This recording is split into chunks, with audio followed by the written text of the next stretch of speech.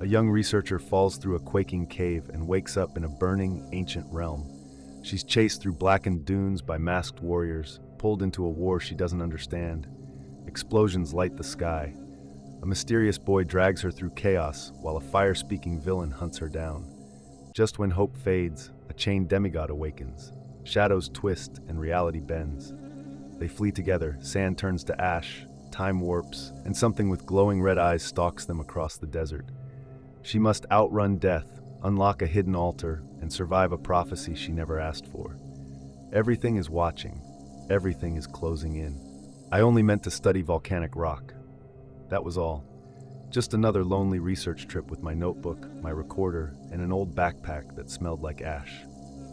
I flew to Guatemala alone, drawn by a rumor I overheard from a guide, about a cave hidden beneath an extinct volcano where smoke still curled upward from nowhere. No one wanted to go with me. They said the air burned your lungs, that time moved strangely inside. But I found the entrance. I remember standing there, staring into black mist that shimmered like heat waves, thinking it felt too silent, too still.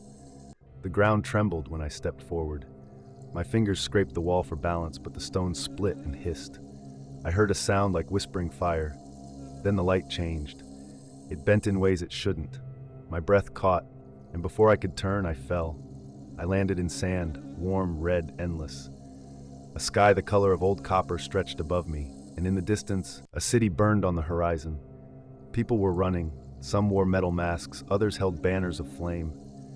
A man rode past on a black beast with bones for eyes. I didn't understand what I was seeing. A boy with silver rings on his arms found me. He said his name was Terran and asked if I had the mark. I didn't answer. He glanced over his shoulder, then pulled me to my feet.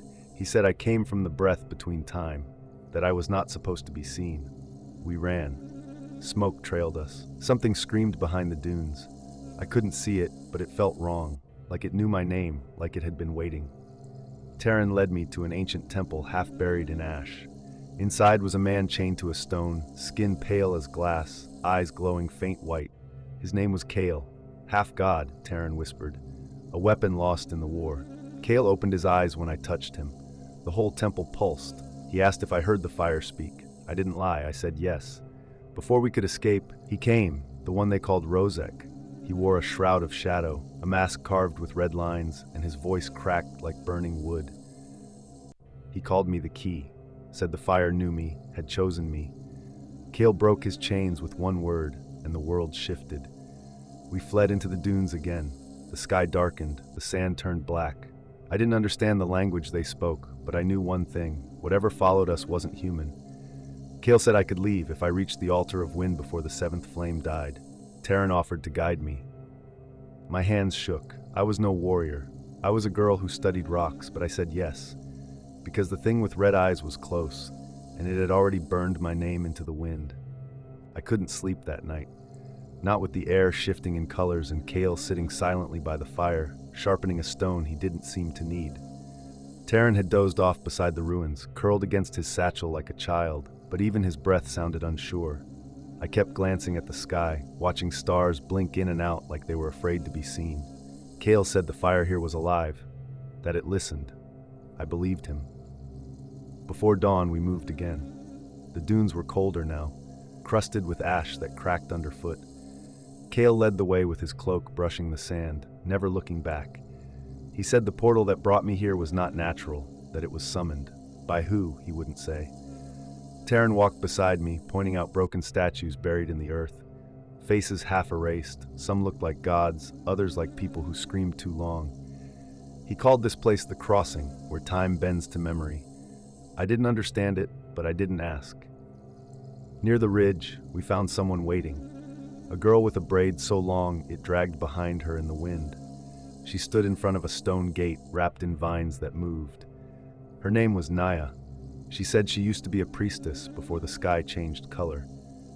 I didn't know what that meant, but her eyes were pale blue, almost transparent. She saw through me. She said the thing hunting me had a name now, and once something here had your name, it could touch your dreams. Kale stepped between us without speaking. We made camp in a hollow where trees still grew. The leaves were dry, like folded paper. Naya drew markings in the dirt around our fire. She warned that dreams leak through, that we should not sleep too close to the stone. I stayed awake again. I was too tired to feel my hands, but I didn't trust the dark anymore. At some point, Kale left the camp. I only noticed when the wind changed and I heard nothing. No breath, no shifting, just silence pressed against my skin. Then I saw them, red dots floating in the trees. The mask was simple, white, scratched, lined like cracked porcelain.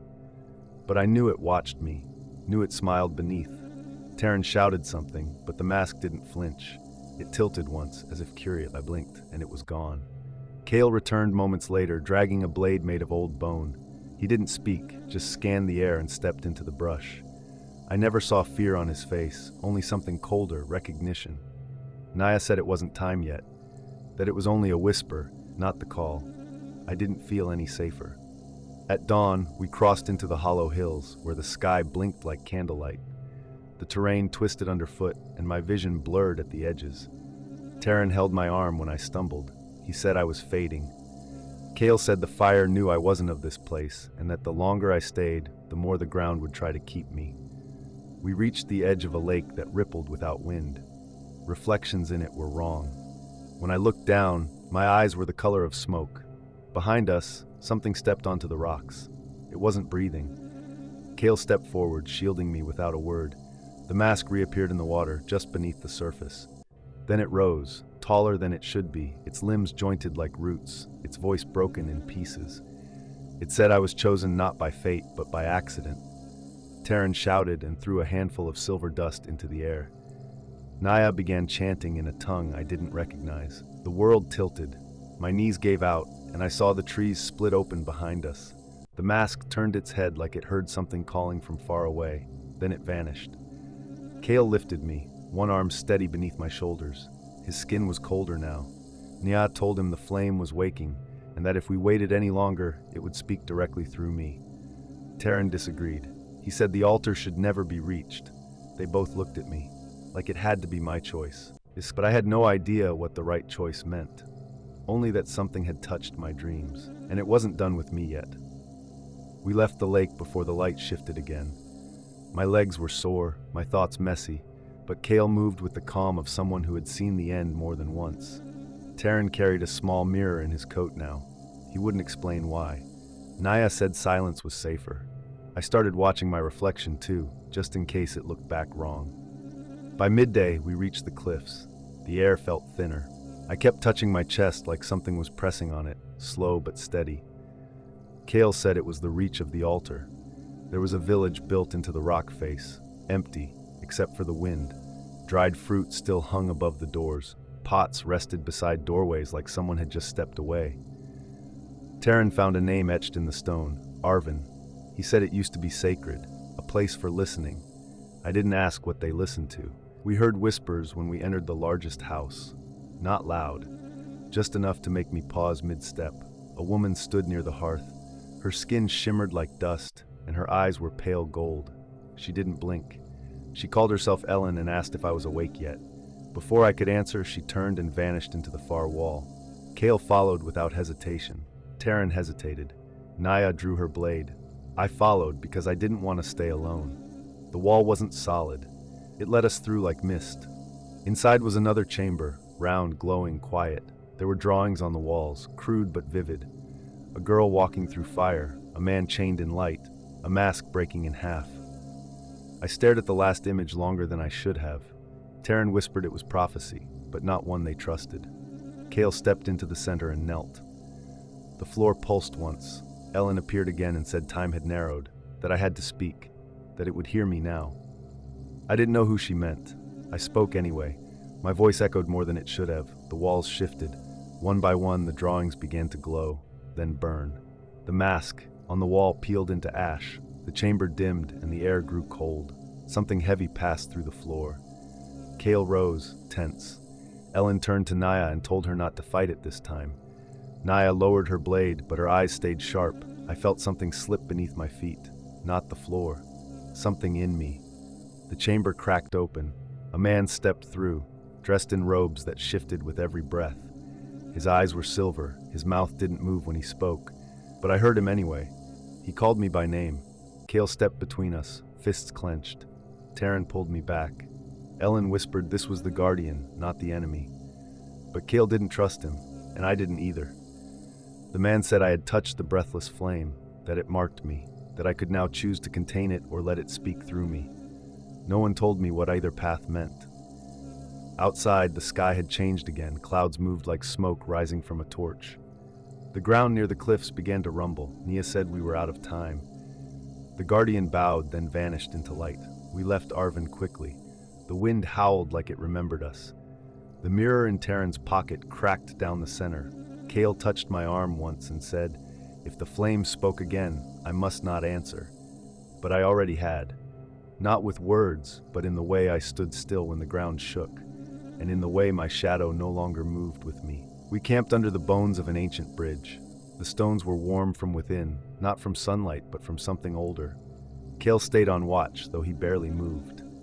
Taryn sat apart, humming a melody too soft to remember. Naya collected dried leaves and scattered them in patterns I didn't recognize. I traced my fingers along the markings on the ground. They looked familiar. Shapes I'd seen in the temple. Symbols I couldn't read but somehow felt. When I looked up, Kale was already watching me. That night, I dreamt of the lake again. Only this time I wasn't standing at the edge. I was beneath it, staring up at the surface as if it were sky. My limbs were heavy. The water didn't feel wet, just thick and endless. Above me hovered the mask. Same lines, same cracks. Only this time it whispered. It said my name with someone else's voice. When I woke, the fire had gone out. The stars were gone too. Nia said I'd been talking in my sleep. She didn't repeat what I said.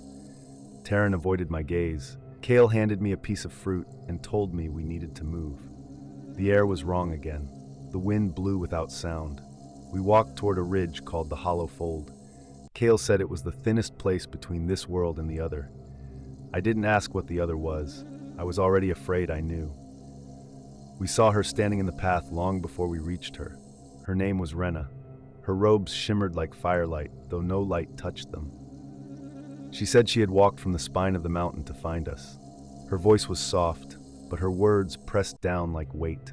She looked at me as if she'd met me before. Said the flame was growing restless, that it wanted to burn through my skin to speak freely. Kale stood between us. Again. But this time Rena stepped forward and placed her hand on his chest, and Kale stepped back. The wind shifted suddenly. Ash lifted from the ground like breath. Rena turned to me and said I had until moonfall to choose. Either climb to the altar and let the fire crown me, or stay below and let it consume others instead. Then she walked into the hills and disappeared without leaving a trace, not even footprints. Taryn asked if I believed her. I didn't answer. I couldn't, because something inside me already had. The rest of the day passed quietly, too quietly. Birds didn't sing here. No insects, just silence pressed into the rocks. We stopped near a twisted tree at sunset. Its bark moved slightly when we weren't looking directly at it. Naya warned us not to sleep too close. Taryn tied thread around our wrists. Kale watched the horizon. I sat beside him but didn't speak. My thoughts were too loud, and I was beginning to forget the sound of my own voice. At night I walked alone past the tree. I found a place where the ground glowed faintly with blue light. There was a pool there, small and round. I knelt to look in. The reflection blinked before I did. I didn't scream, I didn't move, just watched it watching me. I returned to camp and didn't tell anyone. The next morning, Kale said the altar was close, a single ridge away. Naya said we'd have to pass through a place called the Quiet Fold, where memories take shape and walk. Taryn looked at me. I looked away, because something had followed me back from that pool, and it didn't need to walk. The path into Quiet Fold was thin, worn smooth by years of forgotten steps. Trees twisted inward, their trunks hollow and breathing softly. I walked beside Kale, careful not to look too long at the branches. Taryn stayed behind us, whispering softly to the thread on his wrist. Naya walked in front, her steps exact, like she knew where every shadow waited. The air here didn't move. My breath felt caught between silence and thought. Kale said to speak only when necessary. I didn't plan to speak at all. Something inside me was already listening. We came across a girl sitting in the middle of the trail. Barefoot, covered in ash, her hair tied in silver cords. She didn't blink, just looked up and asked if I remembered her. No one moved. Taryn inhaled like he was about to answer, then stopped. Naya stepped forward. She knelt beside the girl and placed 2 fingers to her forehead. The girl closed her eyes and vanished into dust. I didn't know which part disturbed me more. Kale said the fold collects memory. Sometimes it breathes them out. Sometimes it keeps them. I started to wonder if pieces of myself had already slipped into the trees. We kept walking. The ground began to slope upward. Far ahead I saw a light, not flickering, not warm, just still. The altar, Kale said. It was closer than expected. Or maybe we were slower than we thought. Taryn touched my arm and asked if I was ready. I wanted to lie, but I didn't want him to stop walking. At the ridge, the path split. One led toward a stone archway glowing faint gold. The other curved downward into fog. Naya said we had to separate, that if we all passed through the arch, the fold would mirror us, and mirror versions always wanted to stay. Kale took the downward path. Naya stayed behind. Taryn and I stepped through. On the other side was no ridge, just a field of shallow water reflecting a sky that didn't match. Taryn stepped once and paused. His reflection moved differently. Its smile lingered longer than it should have. I grabbed his hand without thinking. The reflection stilled. Taryn kept walking quietly. I followed close behind, trying not to look down again. In the center of the field stood a pedestal made of black stone. No markings, just smooth, silent weight. I stepped forward alone. The wind died completely. My hair didn't move, my pulse did. Then the reflection behind me spoke. Not out loud, just inside my head. It asked what I wanted to leave behind, what I wanted to keep. Then it said something strange. It told me Kale's name had changed, that his original name burned in the fire before time. I didn't understand. I didn't ask. I reached for the stone. My hand passed through it. The water below rippled upward, as if it exhaled. Then I heard a voice, one I hadn't heard in years. My mother's. Taryn pulled me back before I could fall. He didn't speak, just pointed behind me. My reflection had no face now, just light. It stepped toward me, slow, like it had all the time in the world. Then Kale appeared in the fog. His cloak was wet, his eyes brighter than before. He raised one hand and the light stopped, then shattered like glass. I looked at my own reflection. It was mine again, but something felt quieter inside me. Back with Naya, she looked at me once, then looked away. She asked if anything had changed. I said no. She didn't believe me. That night, no one slept. Not from fear, just silence. The kind that feels like a decision waiting to happen. When morning came, the altar was finally visible, floating just above the ridge, small, bright, constant. I knew we were close. I also knew the version of me walking toward it might not be the same one walking away. The ridge was quiet, not peaceful, just still. I walked behind Naya, watching how her cloak moved like it remembered the wind. Kale said nothing the entire way. His silence was starting to feel heavier than sound. Taryn hummed softly again, the same melody as before, but slower.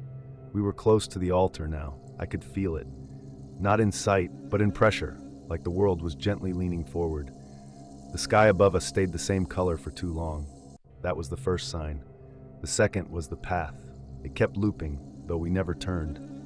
We came upon a man kneeling beside a pool. His hair was silver at the tips, dark at the roots. He looked young and tired at the same time. When he lifted his head, I felt something twist in my chest. Not fear, familiarity. He called himself Darren. Said he had waited, but didn't know for what. Taryn stepped back. Naya narrowed her eyes. Kale didn't blink. I stood still. Darren smiled, like he knew the ending to something I hadn't started yet. He said the altar had moved, that it was no longer waiting at the peak. It had come down, shifted into the fold, made itself a guest. I asked why. He said it was tired of being worshipped. Now it wanted to be seen. Kale moved between us. He asked Darren if the flame had taken him. Darren laughed, a soft sound, like cracking ice. He said he gave it permission, and now he remembers everything, even things that haven't happened. The pool behind him shimmered. I saw flickers in the water, images that flashed too quickly to hold. A girl climbing a tower, a mask breaking apart, Kale kneeling in the snow, then me, alone, touching something that burned. Naya whispered that we should leave. Darren stood and told her it was too late, that the fold had already chosen a mirror. One of us would not make it past the altar. Taryn looked at me, not scared, just distant. We walked in silence for a long time after that. The ridge narrowed. Stones on either side pressed inward like teeth. The sky above grew paler, as if morning were trying but couldn't reach us. Then we saw it. The altar, floating just above a circle of stone, small, still, humming faintly like a breath too low to hear. Kale turned to me and asked if I was ready. I said no, but I walked forward anyway. The stone beneath my feet was warm. Taryn stood by the edge, Naya to my left, Kale behind me. Darren had vanished. I reached toward the flame. It flickered once, then again, then stopped. Light stretched outward like threads, not blinding but exact. It didn't burn. It remembered. The air around me thickened. I felt my name being pulled apart slowly. The altar spoke, not with sound, with shape. Memory. It showed me a version of myself standing in another place, another world, watching the stars move backward. It showed Kale breaking apart and reforming. It showed Naya as a child, holding a glowing leaf. Then it paused, and it waited. I turned around and they were all gone. I was standing alone in the circle now. The flame pulsed once. I heard a voice, not the altar's, mine, but older. It asked me a question I can't repeat. Not because I forgot, because I wasn't sure if it ended. I said yes. Then the light faded. When it did, I wasn't holding anything, but something was holding me. After the altar vanished, I stood still for a long time. The circle beneath me had cooled. Kale was the first to return. His eyes searched mine, but he didn't ask. Taryn came next, quiet and watchful. Naya arrived last, her face unreadable. We didn't speak of what happened. No one wanted to name it. We just walked. The ridge behind us faded into mist. Ahead, the trees thinned, and the sky felt wrong. We entered a clearing that buzzed with faint sound. Not voices, not wind, just a presence. There stood a woman dressed in feathers, eyes closed, arms lifted as if holding something invisible. Her name was Erin. She opened her eyes and said we were late. She spoke to Kale like they had history. He didn't deny it. She looked at me and said the flame hadn't left, it had stepped inside. I didn't respond, but I knew she was right. Erin said a path had opened in the west, a short one, unsafe. She said it pulsed once with the breath of another world. If I wanted to return home, I had to take it before night. But she warned that passage costs memory. Taryn didn't want me to go. Naya said nothing. Kale asked me if I remembered what I came for. I tried to answer but couldn't find the words. That's when the birds stopped flying overhead. A low vibration spread beneath our feet. Erin stepped back. From between two crooked trees emerged something cloaked in haze. Tall, faceless, its outline flickering like bad light. I took one step backward and it mimicked me. It didn't walk, it just arrived. Closer. Kale stepped in front of me. The air cracked. The figure tilted its head, not curious, more like remembering. It reached out, not with arms but with shadow. Naya drew a line in the dirt with her boot. The figure stopped. It blinked once, and the space around it changed. I saw glimpses. Me, walking in a hallway I didn't know. Kale standing in water up to his chest. Taryn, gone. I looked at him. He didn't meet my eyes. Erin whispered that the flame was testing me. The figure stepped forward again. This time I didn't move. I felt something stir behind my ribs, something warm and rising. The flame. It wasn't fire, it was memory, echo, hunger. Kale whispered a word I couldn't understand. Light spilled from his palm. The figure recoiled. Taryn shouted. The path west was closing. I had to choose, stay and burn slowly, or leave through a door that might erase the last of who I was. Erin said no one returns the same. Nia placed a charm in my hand, a seed carved from bone. Kale took a step back. His eyes stayed on mine. He wouldn't come with me. I nodded and ran. The western path shimmered like water pulled through glass. I felt my name loosen in my throat. Not forgotten, just blurred. I turned once. Taryn was gone. Naya had vanished. Erin stood in the distance, arms lifted again. Only Kale remained, watching, waiting, unmoving. Then even he faded. I stepped into the light. It didn't feel like passing through. It felt like unraveling. And when I opened my eyes, the stars above me were in the wrong place.